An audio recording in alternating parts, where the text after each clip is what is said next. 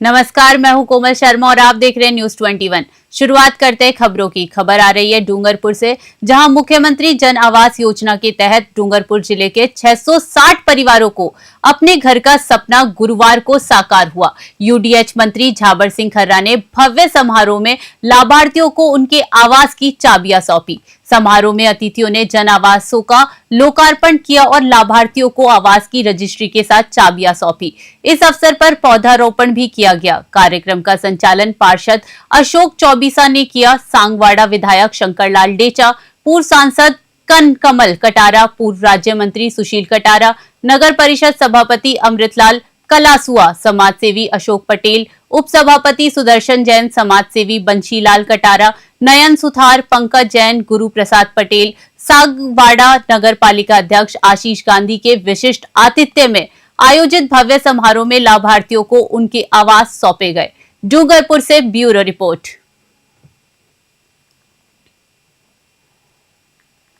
महिला अधिकारिता विभाग सलूम्बर द्वारा 100 दिवसीय बाल विवाह मुक्त भारत अभियान के अंतर्गत राजकीय उच्च माध्यमिक विद्यालय सलूम्बर में एक विशेष जागरूकता कार्यक्रम का आयोजन किया गया। इसका मुख्य उद्देश्य बाल विवाह की रोकथाम, बाल संरक्षण और बाल अधिकारों के प्रति छात्रों, अभिभावकों और समुदाय को जागरूक करना रहा। इस दौरान बच्चों को बाल विवाह के दुष्परिणामों और कानूनी प्रावधानों की विस्तृत जानकारी दी गई। सभी छात्रों को बाल विवाह रोकथाम हेतु सामूहिक शपथ दिलाई। अधिकारियों ने विद्यार्थियों को ये संदेश दिया कि बाल विवाह एक दंडनीय अपराध है और समाज के हर वर्ग की सक्रिय भागीदारी से ही बाल विवाह मुक्त वातावरण का निर्माण संभव है।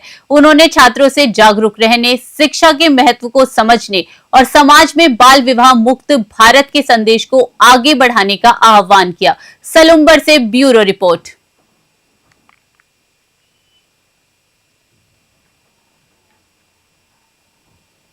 महवा के तनिष्क पब्लिक स्कूल में एक अत्यंत महत्वपूर्ण और रचनात्मक कार्यक्रम का आयोजन किया गया। विद्यालय स्टाफ और छात्रों के प्रश्नों पर केंद्रित इस खास कार्यक्रम का शीर्षक था बच्चों के सवाल, स्कूल की जिम्मेदारी और भविष्य की तैयारी पर एक खुली और रचनात्मक बहस।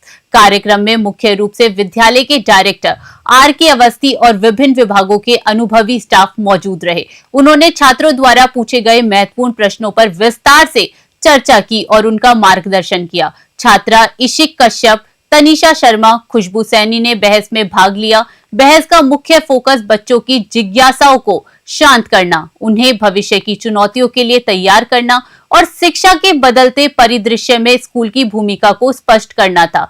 ये बहस छात्रों और शिक्षकों के बीच एक संवाद सेतु का काम करेगी, जिससे शिक्षण अधिगम प्रक्रिया को और अधिक प्रभावी बनाया जा सकेगा। महवा से रवि कुमार शर्मा की रिपोर्ट। सर्वप्रथम मैं मां शारदे को नमन करता हूं, गुरुदेव के चरणों में नमन करता हूं। तनिष्क पब्लिक स्कूल विद्यालय परिवार में सबसे पहले मैं न्यूज़ 21 चैनल से आए हुए सभी पदाधिकारियों का स्वागत करता हूं। मैं निदेशक आर के अवस्थी तनिष्क पब्लिक स्कूल को सत्र 2018 में हमने शुरुआत की। गुरुदेव के आशीर्वाद से हमारी शुरुआत बहुत ही छोटे स्तर पर हमने की और आज हम बहुत अच्छे लेवल पर काम कर रहे हैं। सर, तो स्टार्ट करते हैं हम आपसे कि आजकल बच्चों का स्पेशली किस प्रकार के क्वेश्चन दिमाग में रहते हैं, क्योंकि लगातार आपके स्कूल में आपसे क्वेश्चन करते रहते हैं बच्चे, किस प्रकार का आप? जी सर, आज के समय में यदि अपन देखते हैं तो बच्चों के सामने जो सबसे बड़ी समस्या है वो करियर को लेके है कि करियर किस तरीके से। बिल्कुल सही सर, बिल्कुल सही। आजकल के बच्चों की यही जिज्ञासा होती है कि भविष्य में क्या होगा, क्या नहीं होगा। करियर के साथ में टेक्नोलॉजी और जो आज के वर्तमान समय में जो सबसे बड़ी समस्या बढ़ती जा रही है वो रिश्तों को लेके, तनाव को लेके और भविष्य की दिशा जैसे सवाल पूछते हैं। उनकी सोच पहले से ज़्यादा परिपक्व हो चुकी है। इस दिशा में बच्चों के न्यू क्वेश्चंस जनरेट होते रहते हैं और हम उनका समय समय पर समाधान करते हैं।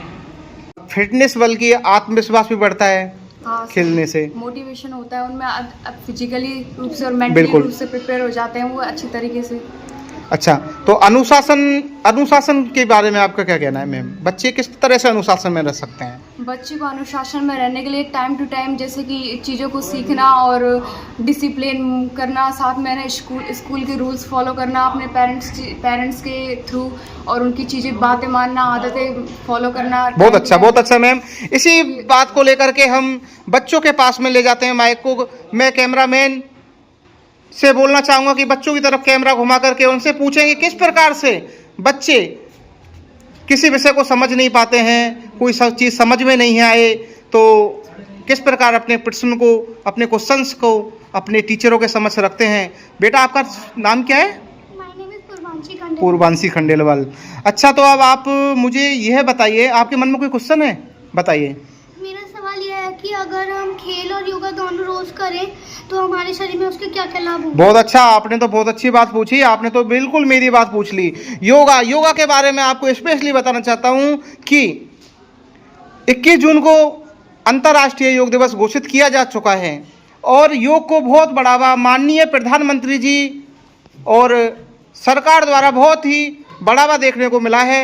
आयुर्वेदिक और योग दोनों लगातार बढ़ रहे हैं, तो आपको डरने की बिल्कुल ज़रूरत नहीं है, बिल्कुल भी कोई बात नहीं है। अगर आप योग और एक्सरसाइज या ध्यान मेडिटेशन में अपना करियर बनाना चाहते हैं तो उसके भी बहुत से रास्ते खुल चुके हैं। इसी जानकारी के साथ मैं आपके पास में दोबारा लेकर आऊँगा। तभी इस बच्ची से पूछते हैं। बच्ची, आपका नाम क्या है बेटा? मैं सर उत्सवी सिंघल। अच्छा, आपका क्या क्वेश्चन है? मेरा सवाल ये है कि अगर हमें कोई विषय समझ में नहीं आती तो हम क्या करें? तो इसके साथ में हम सर किस तरह से, बच्चों का क्वेश्चन है ये, मेरा क्वेश्चन नहीं है, कि कोई विषय समझ में नहीं आती है तो किस प्रकार से आप फेस होते हो बच्चे के सामने? देखो सर, मैं बच्चों के साथ में इस तरीके से पेश होता हूँ। मैंने सबसे पहले तो मेरे जो टीचर्स हैं स्कूल के अंदर जो काम कर रहे हैं, बच्चों को अध्ययन करवाते हैं, बिल्कुल सबको बिल्कुल मैंने सर, बहुत अच्छी तरीके से गाइड किया हुआ है। बहुत अच्छा समय सर। समय पर मैं ट्रेनिंग्स करवाता हूँ और मुझे ज़रूरत रहती है तो मैं बाहर तक भी उनको ट्रेनिंग्स के लिए भेजता हूँ और वो डायरेक्ट बच्चों को फेस करते हैं।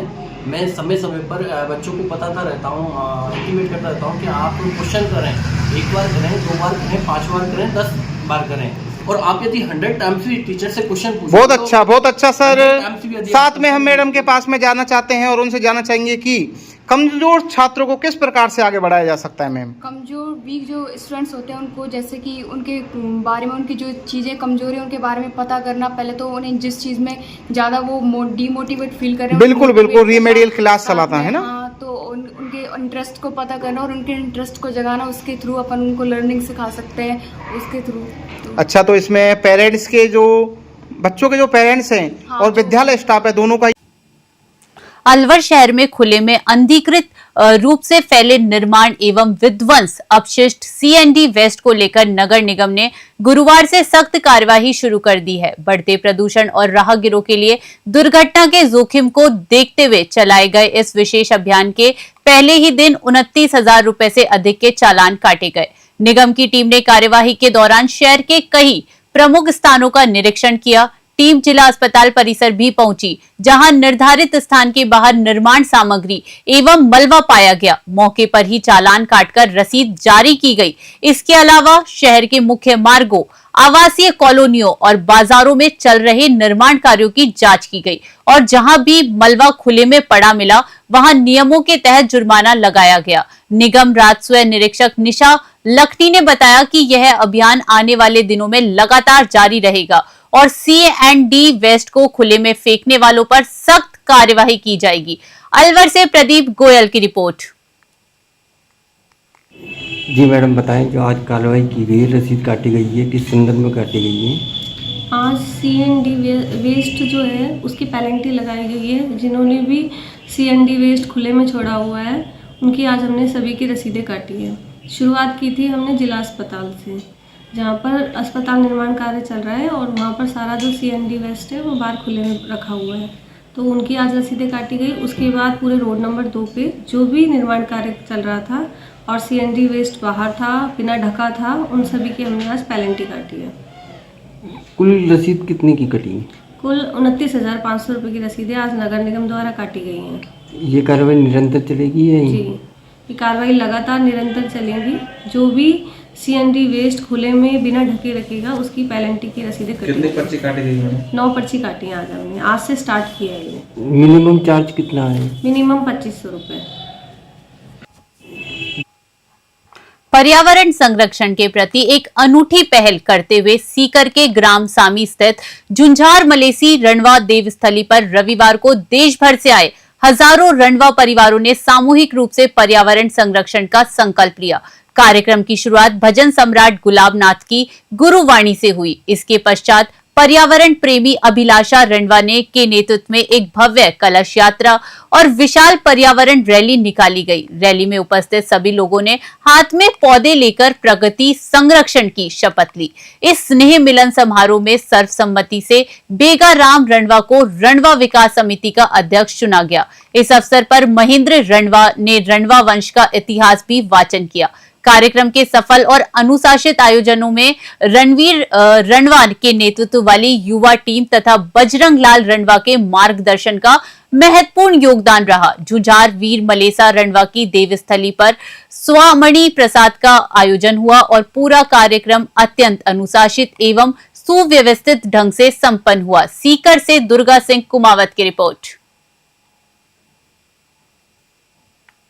दौसा जिले की मंडावर तहसील क्षेत्र के बनावट गांव में गुरुवार को वीर शहीद समय सिंह गुर्जर की स्मृति में स्थापित प्रतिमा का अनावरण किया गया। यह अनावरण गृह राज्य मंत्री जवाहर सिंह बेडम और महवा विधायक राजेंद्र मीणा ने संयुक्त रूप से किया।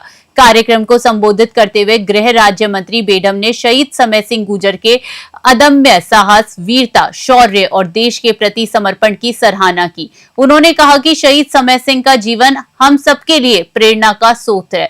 मंत्री बेडम एवं विधायक राजेंद्र मीणा ने शहीद की वीरांगना का शॉल उड़ाकर स्वागत किया और उनके परिवारजनों से मिलकर उनकी कुशमशेल पूछी। उन्होंने युवाओं से शहीद समय सिंह जैसे वीरों के जीवन से प्रेरणा लेकर राष्ट्र निर्माण में हिस्सा लेने का आह्वान किया। दौसा से अश्विनी जांगिड़ की रिपोर्ट। डीडवाना जिले के बरडवा थाना क्षेत्र के मोटियावट गांव की महिला की ढानी में हुई भेड़ चोरी के मामले में पुलिस ने त्वरित कार्यवाही करते हुए 2 आरोपियों को गिरफ्तार कर लिया है और चोरी गई अधिकांश भेड़ों को बरामद कर लिया है। मोडियावट गांव की महिला की ढानी निवासी राजू राम के बाड़े से चोर कुछ भेड़ें चोरी कर ले गए थे। बरडवा थाना पुलिस की त्वरित जांच में यह खुलासा हुआ कि चोर भेड़ों को चोरी कर गुड़ा गोडजी में ले जाकर बेचने की फिराक में थे। बरडवा थाना पुलिस टीम ने बड़ी सफलता हासिल करते हुए चोरी की गई 13 भेड़ों में से 9 भेड़ों को बरामद कर लिया है। बरामद की गई भेड़ों को पुलिस ने उनके मालिक राजू राम को सुपुर्द कर दिया। इस मामले में पुलिस ने भेड़ चोरी के आरोपी गुलाब और किशोर बन बागरिया को गिरफ्तार कर लिया है। पुलिस अब दोनों आरोपियों से गहनता से पूछताछ कर मामले की आगे की जांच में जुटी है। डीडवाना से गुलाब नबी आजाद की रिपोर्ट।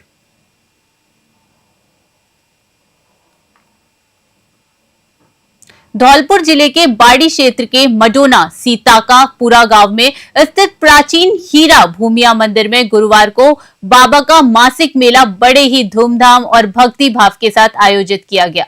मेले में काफी संख्या में श्रद्धालुओं ने पहुंचकर बाबा हीरा भूमिया के दरबार में माथा टेका और आशीर्वाद प्राप्त किया। मेले में पहुंचे श्रद्धालु हरीश भगत ने बताया कि हीरा भूमिया बाबा के दरबार में आने वाले हर श्रद्धालु की मनोकामना अवश्य पूर्ण होती है।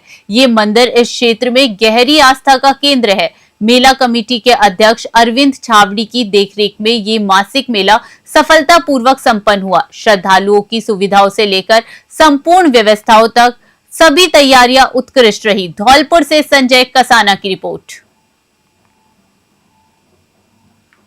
सीकर जिले के धोक थाना इलाके के शाहपुरा गांव में एक हृदय विदारक घटना सामने आई है, जहां एक 14 माह की मासूम बच्ची की जेसीबी मशीन के नीचे आने से मौके पर ही मौत हो गई। जानकारी के अनुसार ये परिवार मध्य प्रदेश में आया था और शाहपुरा गांव के पास एक ऑयल कंपनी के निर्माणाधीन बिल्डिंग पर मजदूरी कर रहा था। बच्ची के माता पिता उसे जमीन पर सुलाकर पास में ही काम कर रहे थे। इसी दौरान वहां काम कर रही जेसीबी मशीन का चालक मशीन लेकर पास से गुजर रहा था। लापरवाहीवश चालक ने जमीन पर सो रही मासूम बच्ची को मशीन से कुचल दिया, जिससे उसकी मौके पर ही मौत हो गई। घटना की सूचना मिलने के बाद पुलिस मौके पर पहुंची और मामले की जानकारी ली। मृतक मासूम के शव को लोसल उप जिला अस्पताल की मोर्चरी में रखवाया गया है। लोसल थानाधिकारी संगीता मीणा ने बताया, परिजनों की रिपोर्ट के आधार पर धोद पुलिस थाना आगे की कार्यवाही की जाएगी। सीकर से दुर्गा सिंह कुमावत की रिपोर्ट। अभी यहाँ CSC लोसल में 2 साल की बच्ची है, इसकी जेसीबी से एक्सीडेंट होने से मृत्यु हो गई। इसकी सूचना में मिली, परिजन यहाँ आए हुए थे। हमने 2 थानाधिकारी अमर सिंह जी को इतला दी, क्योंकि घटना वहाँ की थी। वहाँ के गिरदार जी सही कार्रवाई करने के लिए यहाँ CSC में आ गए। इनके परिजन, इनकी बच्ची जो खत्म हो गई, उसके मम्मी पापा यहाँ पे प्रेजेंट है। उनको हमने मुकदमा दर्ज कराने के लिए, रिपोर्ट देने के लिए कहा, पोस्टमार्टम करवाने के लिए कहा। तो ये लोग कह रहे हैं कि हमारे परिजन गुड़गांव से आ रहे हैं, उनके आने के बाद ही आगे की कार्रवाई होगी। जैसे रिपोर्ट देंगे वैसे कार्रवाई हो जाएगी। 2 थाने का स्टाफ यहाँ पे मौजूद है और अभी डेड बॉडी को सुरक्षित रखवाया गया है। राजधानी जयपुर की विद्याधर नगर थाना पुलिस ने बड़ी सफलता हासिल करते हुए एक शातिर नगबजन को गिरफ्तार किया। एडिशनल डीसीपी बजरंग सिंह शेखावत के निर्देशन में कार्यवाही करते हुए आरोपी समीर शेख उर्फ चांद को दबोचा गया है। पुलिस ने आरोपी के कब्जे से नगबजनी की वारदातों में चुराई गई भारी मात्रा में ज्वेलरी और नकदी बरामद की है। पुलिस के अनुसार आरोपी समीर शेख उर्फ चांद रात के समय रेकी जासूसी कर नगबजनी की वारदात को अंजाम देने के लिए घरों को निशाना बनाता था। पूछताछ में पता चला है कि वो अपनी मौज मस्ती और शौक पूरे करने के लिए इन वारदातों को अंजाम देता था। आरोपी को पकड़ने और माल बरामद करने में कांस्टेबल महिपाल की अहम भूमिका रही। पुलिस अब आरोपी से अन्य वारदातों के संबंध में गहनता से पूछताछ कर रही है। जयपुर से अलीम खान की रिपोर्ट। जी सर, 28 नवंबर की रात्रि को 7 सेक्टर पे विद्याधर नगर में नकबजनी की वारदात हुई, जिसकी सूचना प्राप्त होने पर जब मौका देखा गया तो उसमें पता चला करीब 1 करोड़ रुपए से अधिक की ज्वेलरी और 8-10 लाख रुपए नगद और छोटे मोटे काफ़ी सामान उसमें चोरी हुआ था। आज उस वारदात के संबंध में जब वहाँ आसपास CCTV फुटेज देखे गए तो एक मोटरसाइकिल पर एक बंदा वहाँ से जाता हुआ नज़र आया था। इस संबंध में बजरंग सिंह जी एडिशनल डीसीपी और सुरेंद्र सिंह जी ACP शास्त्री नगर, SHO विद्याधर नगर और DST इंचार्ज, इनके नेतृत्व में एक टीम बनाई गई। क्योंकि इस तरह की वारदातें पहले भी कुछ दिन पहले अक्टूबर में भी यहाँ हुई थी, जिसमें भी इसी तरह से ज्वेलरी और कुछ नकदी गई थी। तो जब उन्होंने कैमरे देखना शुरू किया तो काफ़ी कैमरों को देखने के बाद उन्होंने राजधानी जयपुर की खोरा बीसल थाना पुलिस को एक बड़ी सफलता मिली है।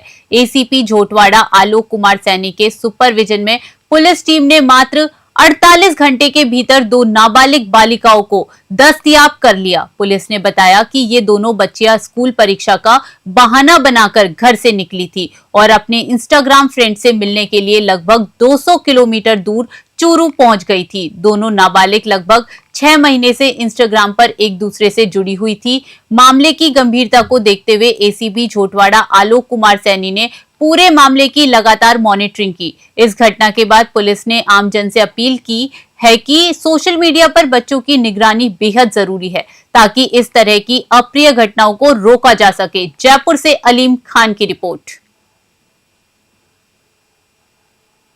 अलवर के अखेपुरा थाना क्षेत्र स्थित दीवानजी का बाग स्कीम 10B में शुक्रवार रात करीब 8 बजे एक कपड़ों की दुकान में शॉर्ट सर्किट के कारण भीषण आग लग गई। आग की लपटें इतनी तेज थी कि कुछ ही मिनटों में दुकान में रखा सारा सामान जलकर राख हो गया। प्रारंभिक अनुमान के अनुसार इस अग्निकांड में दुकान मालिक को लगभग 15 से 18 लाख रुपए के भारी नुकसान की आशंका जताई जा रही है। दुकान मालिक अमर सिंह आग में जलते हुए सामान को देखकर फूट फूट कर रोने लगे। दुकान पे उठते धुएं और आग की ऊंची लपटों को देखकर आसपास के लोगों में हड़कंप मच गया। चूंकि दुकान बस्ती के बीच स्थित थी, इसलिए लोग घबराकर अपने घरों से बाहर निकल आए।